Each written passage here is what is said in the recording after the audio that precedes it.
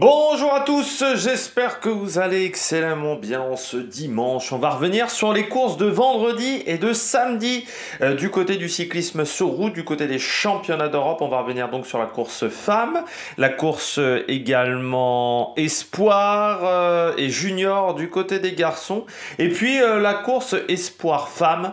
Voilà, au niveau des résultats, on détaillera un petit peu le résultat de ces courses. Alors, il y a une seule épreuve que je n'ai pas vue. En fait, je vais pas voir les deux épreuves juniors, que ce soit l'épreuve junior chez les garçons et junior chez les dames. Voilà, sinon, j'ai vu toutes les autres épreuves sur route du côté de cette compétition, notamment l'épreuve féminine. N'hésitez pas à vous abonner à la chaîne, à réagir dans les commentaires, à mettre un pouce bleu, à partager la vidéo sur les réseaux sociaux, notamment auprès de vos proches. Si vous pensez que ça peut les intéresser, dans les commentaires, n'hésitez pas à me dire, si vous avez vu ces courses, est-ce qu'elles vous ont plu, est-ce qu'elles vous ont déplu, qui vous a déçu, qui vous avez bien aimé. Si vous avez les moyens et que vous voulez soutenir mon travail, vous pouvez faire un super thanks. Vous pouvez également rajouter la petite cloche, comme ça vous êtes au courant des dernières vidéos qui sortent sur la chaîne. Je rappelle que la petite cloche, il faut cliquer sur abonner, c'est sur le côté droit. Il y a une petite flèche descendante voilà, à côté de abonner pour accéder à la petite cloche. Et comme ça, vous avez toutes les notifications parce qu'on me l'a marqué plusieurs fois, enfin une fois, deux fois, je sais plus, dans les commentaires. Et puis, si vous voulez également soutenir mon travail, vous pouvez cliquer rapidement sur la miniature, sur les notifications. Parce que comme ça, les vidéos sont plus mises en avant. Bon, on commence tout de suite avec ces championnats d'Europe. Et du côté de ces championnats d'Europe, eh bien, on va commencer par cette course espoir féminine qui n'avait pas lieu sur le circuit avec les pavés, hein, c'était juste le circuit autour de Hasselt que l'on prenait à de nombreuses reprises, ce qui est un petit peu dommageable parce que je pense qu'on aurait peut-être pu faire une course un peu plus longue que 100 km pour les femmes espoirs et aller sur un circuit un petit peu plus grand, mais la course partait vendredi matin, donc là je pense que c'était plus des contraintes de temps que des contraintes véritablement physiques pour ces filles-là. Alors il y avait plusieurs favorites, hein, Gasparini, bien entendu Van den Roy, il y avait également Atto Salo, la finlandaise, il y avait voilà, des noms connus, il y avait également Entila, Julie de Ville parmi les noms connus, pas de française au départ, c'est un petit peu dommageable quand on connaît d'autres niveaux dans cette catégorie, notamment du côté du Tour de l'Avenir Espoir. Eh bien, il n'y a pas eu véritablement d'échappée, hein. Enfin, il y a eu une échappée matinale, on va dire ça comme ça, mais qui a été reprise assez loin de l'arrivée. Le peloton était vraiment en ordre de marche avec une domination hein, des Néerlandaises. Il n'y a pas véritablement eu de gros suspense avec Van Rooyen qui gagne avec 2 vélos d'avance sur Scarlett Soeren et Gasparini qui prend la troisième place, mais voilà, les Néerlandaises ont été dominatrices sur cette course. Dans le final, elles n'ont absolument pas été gênées par les équipes adverses. C'est peut-être même la course où le sprint, on parlera de la course féminine, le sprint des Néerlandaises est même moins beau que celui de cette course espoir, pardon, parce que là, ça a vraiment été une démonstration du côté de Sophie Van Rooyen. Sophie Van Rooyen, est-ce qu'elle change d'équipe non, elle reste à la Volcar Wessel l'année prochaine, qui reste en Continental, parce que je me demandais si elle n'allait pas dans une structure un petit peu plus grosse. Voilà.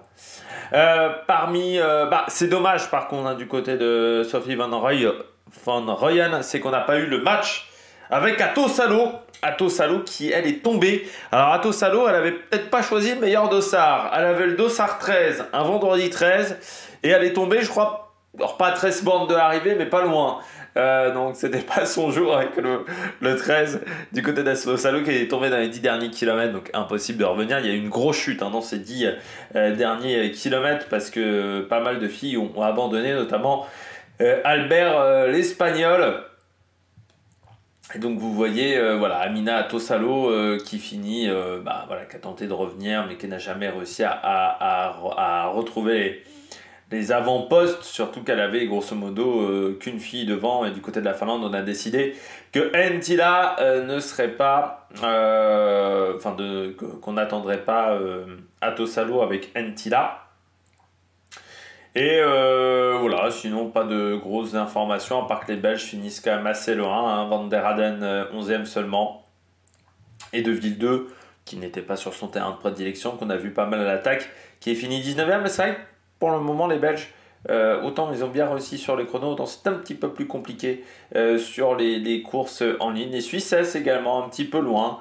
Hein, vous voyez Zanetti 24 notamment, qui je crois... Non, il y a Lorena Le, qui est la meilleure Suissesse du côté voilà, de cette épreuve. Donc pas grand chose d'autre à dire, à part que Van Rooyen a été au-dessus et Gasparani prend la médaille de bronze, mais quand même très loin de Van Rooyen. Gasparani qui chez UAE qui a remporté une course cette année et qu'on a vu également au Grand Prix de Plouay où elle a pris la 6e place voilà, cette année. 3e des championnats d'Italie également. Bon. Il n'y a pas que chez les garçons hein, où on a des espoirs qui pourraient être parfois dans des courses d'un autre niveau, parfois élite. Je rappelle hein, la règle qui sera instaurée. Alors je trouve qu'elle est un peu dommageable cette règle. Parce que donc l'UCI a décidé que les coureurs qui sont en World Tour seront interdits de championnat d'Europe et de championnat du monde en catégorie espoir. Jusqu'à maintenant, la règle, elle était simple. Soit vous décidiez de participer au championnat d'Europe en catégorie espoir, et dans ce cas-là, c'est le cas d'Alex Segart, il ne pouvait pas faire la course élite, c'est-à-dire qu'il ne pouvait pas faire contre-la-montre espoir et course individuelle élite. Par contre, il avait le droit de choisir entre espoir et élite. Alors lui, il n'était pas en World Tour, par exemple, mais pour d'autres coureurs qui étaient en World Tour, ils avaient le droit de faire ce choix-là. Ce qui ne sera plus le cas l'année prochaine. Mais vous voyez, par exemple, comme c'est que les équipes World Tour, les équipes Pro Tour ne sont pas concernées. C'est-à-dire qu'Alex Segart, eh bien, ça ne le concerne toujours pas, cette règle-là. Il aurait pu participer à ces courses-là. Un coureur de la Total Energy pourra toujours, un coureur de la Tudor, je pense notamment à Mathis Rondel. Donc c'est un peu con comme règle. Alors que soit il fallait autoriser qu'aux coureurs qui étaient en continental et amateurs, ce qui pouvait être une règle. Mais moi, ce que j'aurais préféré, c'est plutôt qu'on abaisse l'âge. Hein. J'avais dit d'1 an ou de 2 ans, que la catégorie espoir, au lieu de s'arrêter à moins de 23, ce serait peut-être moins de 22 ou moins de 21 ans, ce qui là correspondrait peut-être à quelque chose de plus intéressant. Mais je pense que voilà, moins de 22, c'est pour moi quelque chose qui serait intéressant, ce qui aurait évité, par exemple, à Fedorov d'être champion, parce que là, ça nuit quand même à des coureurs. Par exemple, je pense à un Le Serre qui a commencé très jeune, mais qui n'est pas forcément encore très bon. Mais comme il est en World Tour, lui, il ne peut pas participer, par exemple, Le Serre. Et d'autres hein, sont dans ce cas-là, qui commencent très jeunes du côté des équipes World Tour. Ils peuvent pas. Et puis, quid des coureurs qui sont dans les réserves? Et on sait très bien, je pense le cas Axel Laurence, qui était dans une équipe réserve. Techniquement, il faisait partie de l'Alpecin de Koninck réserve, mais qui courait quasiment plus souvent avec l'équipe World Tour que l'équipe réserve. Techniquement, si vous faites partie de la réserve, vous n'êtes toujours pas concerné par cette règle. Ce qui, je pense, va se passer, c'est que beaucoup de coureurs espoirs, s'ils veulent courir en espoir, resteront dans les équipes réserves et passeront dans les équipes élites bien plus tard, après avoir participé au championnat du monde espoir et championnat d'Europe espoir. Donc je pense que cette règle-là ne va pas changer grand-chose au final à la situation à laquelle on a aujourd'hui, la situation actuelle. Parce que par exemple, Richie Tello, qui aujourd'hui est dans une équipe de 2e division, pourra toujours participer au championnat du monde espoir. Voilà. Je trouve que ce n'est pas la règle la plus intelligente. Alors, autant la course espoir chez les filles était pas très intéressante. Hein, on va pas se mentir, c'est pas la course où on a pris le plus de plaisir. Autant la course espoir chez les garçons, elle a été très très très intéressante, avec un peloton complètement battu. Hein, et pourtant, il y avait du Alex Segart, par exemple, dans ce peloton. Il y avait du Iker Bonillo aussi, par exemple, l'Espagnol, parce qu'on avait quand même des beaux noms au départ de cette épreuve. Je pense également à Noah Isidore et Pierre Gauthera qui étaient présents. Donc c'était vraiment une belle course. Beaucoup d'abandons sur cette épreuve, ça a couru extrêmement vite. Je crois qu'on était à 45 à l'heure sur la première heure de course, 47 quasiment 48 km/h de moyenne, ce qui pour une course espoir est quand même assez exceptionnel. Et ça s'est joué dans un petit groupe de 3. Ils ont passé je ne sais plus combien de kilomètres devant, parce que moi j'ai commencé à regarder à 60 bornes de l'arrivée, ils étaient déjà tous les 3 devant. Et avec une belle collaboration entre les 3. Pourtant, vous aviez un groupe derrière avec notamment Del Grosso, Gotera. Il y avait pas mal de Néerlandais et de Français dans ce groupe de chasse, avec Mathis Grisel qui roulait notamment, parce que Léandre Lozoué n'était pas forcément la carte numéro 1, mais on n'a jamais réussi à rentrer. Et puis après, ça s'est joué au sprint entre les 3. Alors, il y a eu pas mal d'attaques dans les 5 derniers kilomètres, et Léandre Lozoué qui a craqué à 3 km de l'arrivée. Ça s'est joué donc au sprint entre Huub Aerts et Niklas Behrens. Niklas Behrens qui a tenté de un petit peu fermer la porte, on va pas se mentir, au néerlandais, mais le néerlandais qui n'a pas été gêné par l'allemand et qui s'impose. Aerts qui est dans l'équipe de développement de la Intermarché, qui a remporté un autre championnat d'Europe, on le verra un petit peu plus tard, et sur ce parcours où là on a réussi à faire la différence sur les pavés, mais pour faire la différence sur le pavé, il faut rouler extrêmement vite auparavant.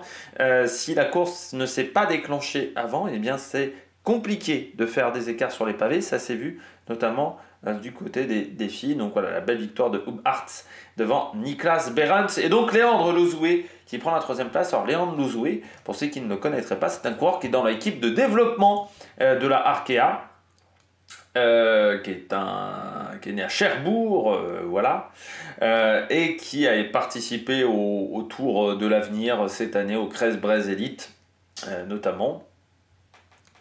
Pas forcément des gros résultats, même quand vous regardez sur son année espoir, mais ça reste un coureur qui n'a que 20 ans. Donc ça, c'est quand même extrêmement prometteur, surtout qu'il venait d'avoir 20 ans. Donc c'est un coureur qui était en première année espoir. Donc réussir à faire au 3e des championnats d'Europe de cette manière-là, première année espoir, c'est quand même très intéressant. Lui qui fera le Kampioenschap van Vlaanderen et le Grand Prix international de la ville de Nogent-sur-Oise. Voilà. Au programme pour lui. Et belle performance de Léandre, mais qui sur la fin, il manquait un petit peu d'énergie pour suivre Behrens et Aerts. Behrens qui lui est dans l'équipe Lidl Trek Future. Voilà. Comme Teutenberg, qui était aussi dans cette épreuve, mais qui a aussi, lui n'a pas réussi à être dans le groupe de tête. Voilà, Teutenberg. Il y a plein de coureurs qui se sont fait avoir sur cette épreuve, alors que pourtant, il y avait du monde. C'est Pierre Gotera, presque, était l'un de ceux qui s'est fait le moins avoir avec Del Grosso, parce que les deux finissent quand même, étaient dans le groupe de poursuite. Fabio Creston également était à un moment dans le groupe de poursuite. Il a essayé avec le concurrent du Luxembourg, avec Mats Wenzel, un moment, et puis ensuite Mats Wenzel qui est ressorti avec Fabian Weiss. Et puis il y avait Pedersen, le champion du Danemark Elite, qui l'année prochaine, je ne sais même pas si c'est pas déjà le cas, qui est à la Décathlon. Et Kopecky, le coureur de l'équipe de 2e division, Novo Nordisk aussi, qui était pas mal. Lui, ça ne m'étonnerait pas qu'il arrive à rejoindre une autre structure que Novo Nordisk, parce qu'il a été très intéressant sur les courses de championnat de France.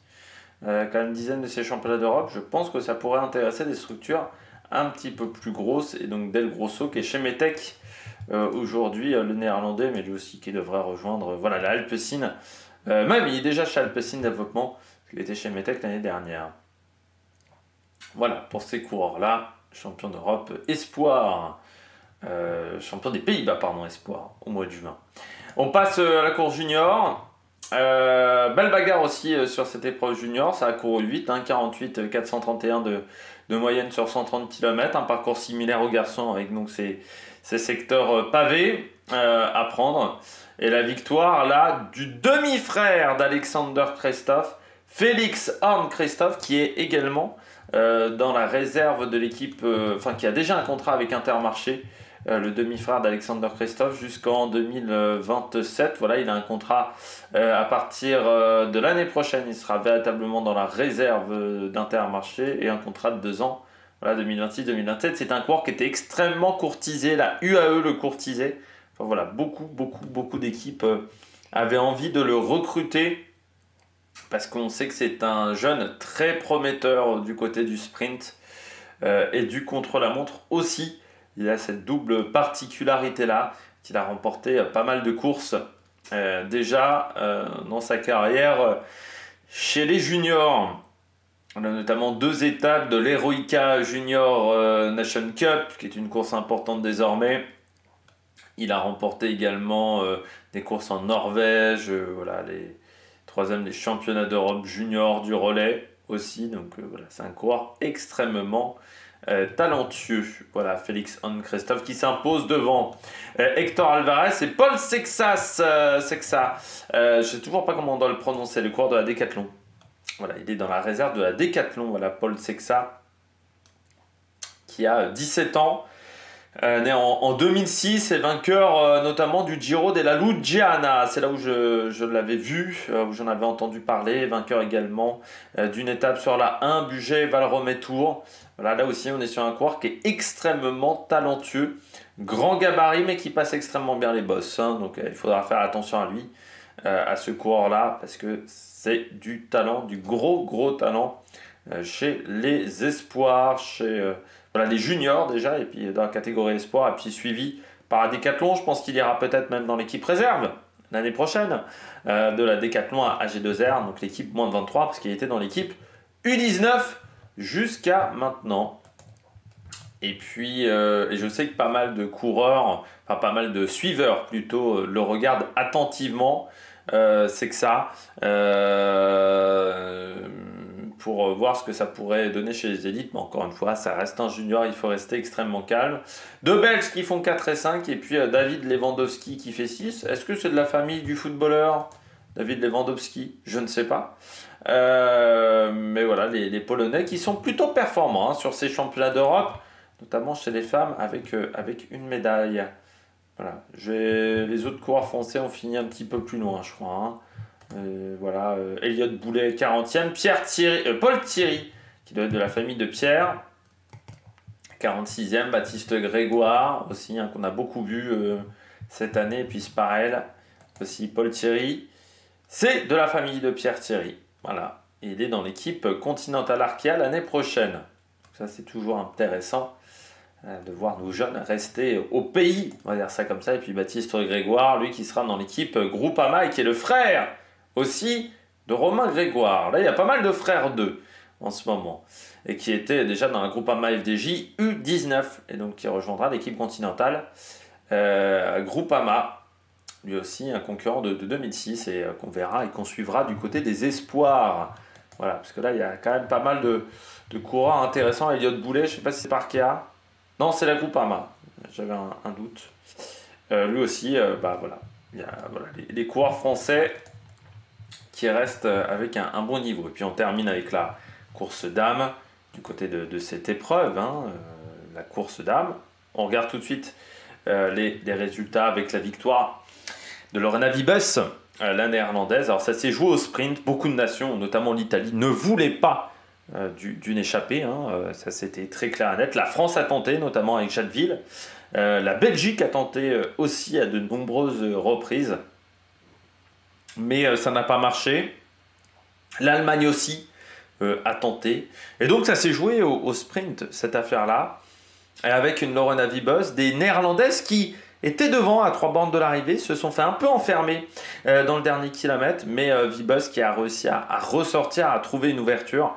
Et le problème, c'est que battre Lorena Wiebes, c'est extrêmement compliqué, même quand on est dans sa roue, et on reviendra sur le sprint de Clara Copponi, qui a pris la 4e place. Mais voilà, Lorena Wiebes qui était vraiment extrêmement forte dans le final, et les Néerlandaises qui pourtant ont été enfermées dans le dernier kilomètre, mais qui ont réussi à retrouver l'ouverture, notamment aux 600-700 mètres. Et après, voilà, ça a fait la différence aussi pour les Néerlandaises, c'est de cette gestion du sprint. Il y avait une grosse équipe aussi au départ, donc c'est vrai que pour contrôler la course, c'était quand même vraiment avantageux, même si on a senti qu'entre 20 et je dirais 10 km de l'arrivée, les Néerlandaises avaient décidé de garder un maximum d'énergie, mais aucun groupe n'a réussi véritablement dans cette portion-là à faire la différence. Elisa Balsamo 2e. Alors c'est bizarre l'Italie, hein. Autant souvent je dis, quand il y a des soucis de timing, je dis « Ah, on a été devant trop tôt ». C'est le cas notamment de l'équipe de France, on y reviendra. Mais du côté d'Elisa Balsamo, en fait il y avait trop de monde.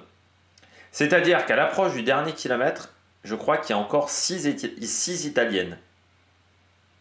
Ce qui est beaucoup trop. Voilà, c'est beaucoup trop. Alors, je sais pas si on misait également sur Consoni, si on a fait 2 sprints en un, mais c'était le bordel du côté des Italiennes. Et ce qui fait que c'était hyper mal organisé. Ça, c'est un truc, c'est une erreur que je faisais un petit peu sur PCM. Pour Cycling Manager, quand j'avais le temps d'y jouer, quand j'avais un ordinateur qui marchait, parce que j'ai toujours un ordinateur à réparer, mais à l'époque de PCM,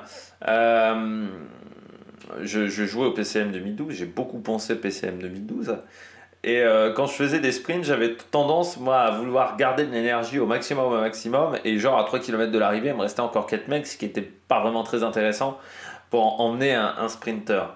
Et bien là, c'est ce qui s'est passé du côté de l'Italie. Voilà, il y avait trop de monde dans le final autour de la concurrente italienne. Alors, je ne sais pas si on jouait aussi pour Consoni, parce qu'au final, c'est Balsamo qui fait le sprint. Consoni finit 22e, donc, mais ça a été le bordel voilà, du côté de l'Italie. Et puis, troisième, Daria Pikulik. Je trouve que c'est en fait la Pologne qui a eu le meilleur train. Si vous regardez, c'est la Pologne qui a fait le meilleur train. Alors Pikulik, c'est vrai que je me disais, alors je savais plus s'il y avait Martalard au départ du côté de la Pologne. C'était ma grande interrogation quand j'ai regardé la course. Si, il y avait bien Martalard, parce que j'étais surpris. Je me disais, est-ce qu'on joue pour Martalard, qui a aussi une bonne pointe de vitesse, ou ce que j'avais oublié qu'il y avait Pikulik, qui c'est vrai est plus rapide que Martalard. Mais Martalard qui a même pas fait poisson pilote au final de Pikulik. Mais c'est vrai que le train polonais a extrêmement bien marché. Et donc belle troisième place de Daria Pikulik. Le cyclisme polonais féminin qui en ce moment marche, parce que Neviadoma qui remporte le Tour de France femmes. Pikulik voilà, qui finit troisième des championnats d'Europe, qui est dans l'équipe Human Powered Earth. Aussi, et avec un train qui a extrêmement bien marché, puis qui a enchaîné les bons résultats aussi. Pikulik, j'avais... Oui, voilà, 1200 points quasiment UCI depuis le début de saison. Elle enchaîne très grande année de Pikulik, qui a 27 ans, et qui continue avec Human Powered Hall jusqu'en 2026. Contrat longue durée pour la Polonaise, qui a un petit gabarit pour une sprinteuse, surtout en termes de poids, 65-54 kg, c'est léger. Donc ça lui permet également de passer les bosses, comme on voit sur le Tour de Belgique. Notamment, 5e à Knokke Heist, là sur un sprint où il fallait être un petit peu plus puissante. Ça va être un petit peu plus compliqué pour elle. 10e dans ce Tour de Belgique. Donc voilà, une fille très très intéressante, Daria Pikulik, qui maintenant est dans une belle structure. Donc ça lui permet de progresser. Donc Clara Copponi 4e. Ah, il a manqué une fille, Clara Copponi. C'est-à-dire que, en fait, je l'ai vu, je l'ai compris à 2 bornes de l'arrivée. À 2 bornes de l'arrivée, elles sont plus que 3 devant Clara Copponi. Je me dis 3, 1 km 9, c'est trop tôt. Et elles ont pris le manche, mais trop tôt. Ce qui est dommageable. Mais voilà, elles prennent le manche trop tôt. Donc, ce qui fait qu'Audrey Cordorago, elle se retrouve, qui était devant Copponi, elle se retrouve à l'avant à 1 km 200. Elle ne peut pas faire 1 km 200 seule en tête. Alors déjà, elle ralentit un petit peu le rythme, ce qui fait qu'on commence à avoir le train néerlandais, le train italien qui commence à remonter un petit peu à ce moment-là. Le train polonais aussi remonte à ce moment-là. Mais du côté du train français, bon, à 700 mètres, Audrey Cordorago, elle lâche. Et ce qui fait qu'après, elle est obligée de se démerder seule. Clara Copponi qui n'avait pas fait de route depuis les Jeux Olympiques, parce qu'elle avait même un doute si elle reprenait ou pas sa saison, parce que ces Jeux Olympiques ne se sont pas extrêmement bien passés. Et c'est vrai que du côté de Clara Copponi, on est obligé de passer d'un train à l'autre. Alors au départ, elle suit le train italien, mais encore une fois, comme je vous le disais, le train italien, c'est un petit peu le bordel. Donc elle se fait un petit peu déborder par le train néerlandais. Elle arrive à prendre la roue de Vibus, mais déjà, ce changement de train, elle est obligée de faire un gros effort pour reprendre la roue de Vibus. Au départ, elle arrive le problème, c'est qu'elle choisit la roue de Vibus. C'est pas Balsamo, Vibus. C'est-à-dire que Balsamo, elle a un peu moins de punch. Vibus, elle a tellement de puissance, je le dis toujours, mais elle broie des cadres. C'est très dur de tenir la roue. Et en fait, je pense que Clara Copponi, elle ne tient pas totalement la roue. Vous voyez, elle se prend un petit éclat au début du sprint, donc elle a peut-être mangé un petit peu de vent à ce moment-là. Il lui manque 25 mètres à Clara Copponi. C'est à 25 mètres de l'arrivée, elle est troisième, mais sur les 25-30 derniers mètres, eh bien Pikulik lui passe devant parce que Pikulik a moins fait d'efforts. Voilà, la gestion du dernier kilomètre, c'est ce qui coûte la troisième place à Clara Copponi. C'est dommageable parce que les Françaises, on l'a vu aux Jeux Olympiques, notamment au niveau du contre-la-montre avec Juliette Labousse, se rapprochent. Comme je disais toujours, la France est en deuxième division au niveau des nations du cyclisme féminin. C'est de moins en moins le cas. Déjà parce qu'on a une génération U23 qui est assez exceptionnelle, notamment Églantine Raillet, Magnon Brunel, voilà, c'est du haut niveau. Julie Bégaud aussi, mais aussi parce que eh bien, on voit que nos têtes d'affiche commencent à arriver à leur meilleur niveau. Je pense à Juliette Labousse et Vita Music, et notamment Clara Copponi au niveau des sprints, qui était à la Lidl Trek. Il faut déjà remercier quand même la Lidl Trek de lui avoir permis de se préparer autant pour les Jeux Olympiques, parce que ça c'est quand même fort. Mais c'est vrai que c'était dur mentalement pour la fille d'Aix-en-Provence, Clara Copponi, parce qu'on sentait que voilà, l'année a été dure, parce que sur la route, au final, elle a très peu couru. Vous voyez, elle a 21 jours de course seulement sur la route, qu'elle n'a pas fait les grands tours, qu'elle n'a pas fait le Tour de France Femmes, notamment, pour se concentrer sur la piste, que sa saison sur piste, voilà, ça n'a pas été parfait, notamment aux Jeux Olympiques, où voilà, elle était sur le... C'était avec Marion Boras, hein, elle était sur la piste. J'ai un trou de mémoire au jeu. Oui, il y avait la poursuite par équipe et l'américaine. Sur l'américaine, elle passe 5e alors qu'elle fait un bon début de course, mais ensuite elle s'écroule. Du côté de cette épreuve-là, la poursuite par équipe, voilà, il y a des erreurs d'organisation du côté de l'équipe. Elle ne faisait pas l'omnium. Et c'est vrai que voilà, elle a eu du mal, je pense, à repartir. Je pense que ça a été dur pour elle, mentalement. Parce que voilà, c'est une fille qui est ambitieuse, c'est une fille qui a envie d'avoir des résultats, qui a envie de prendre des médailles. Et là, c'est ce qui lui a manqué. Et là, on va voir ce que ça va donner maintenant Clara Copponi sur le reste de la saison du côté de la Française. Je ne sais pas quel est son programme. Là, vous voyez, je vous montre à l'écran le Wikipédia, mais son programme, il n'y a pas de course qui est prévue. Mais c'est vrai que voilà, ça a été un petit peu plus compliqué pour elle.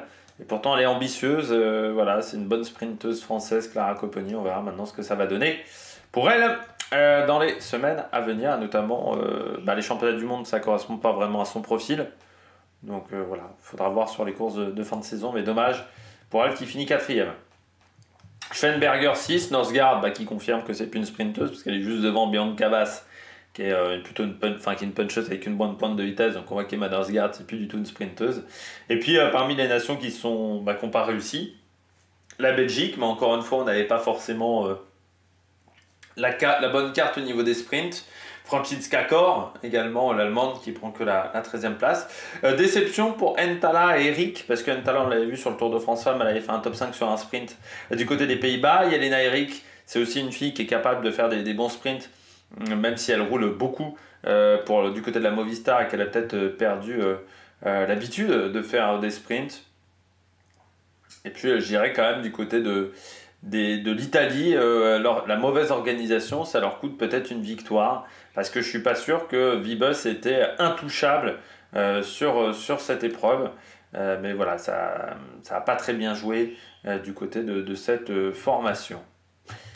Eh bien voilà, on a fait le tour de ces différentes épreuves. Donc on fera une dernière vidéo avec l'épreuve junior chez les filles et puis l'épreuve masculine. D'ici là, n'hésitez pas à vous abonner à la chaîne, à réagir dans les commentaires, à mettre un pouce bleu. Il y aura également des briefs.